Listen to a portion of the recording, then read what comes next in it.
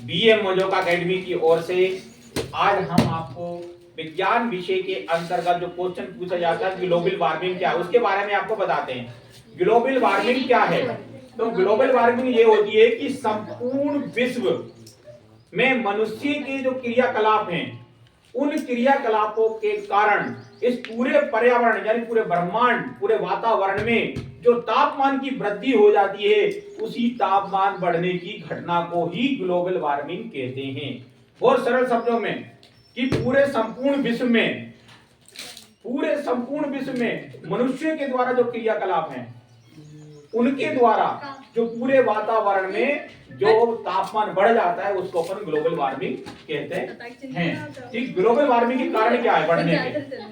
वनों की अंधाधुंध कटाई हो रही है, वृक्षों को जगह जगह काटा जा रहा है, तो वृक्षों की कटाई होने के कारण ग्लोबल वार्मिंग का खतरा निरंतर बढ़ता जा रहा है। अगर पर्यावरण को बचाना है तो वृक्षारोपण अपन को करना पड़ेगा, वृक्ष लगाने पड़ेंगे। अगर निरंतर वृक्षों की कटाई करते चले जाएंगे तो ग्लोबल वार्मिंग का खतरा बढ़ता चला जाएगा, अर्थात तापमान में वृद्धि होती चली जाएगी।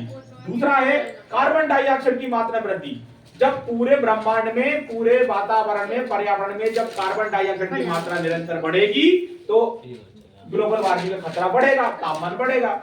इसी प्रकार जीवाश्म ईंधन, जितने भी जीवाश्म ईंधन है उन ईंधनों को अपन जलाते हैं, दहन करते हैं, तो उनसे जो गैसें निकलती है उनके माध्यम से भी ग्लोबल वार्मिंग का खतरा बढ़ रहा है।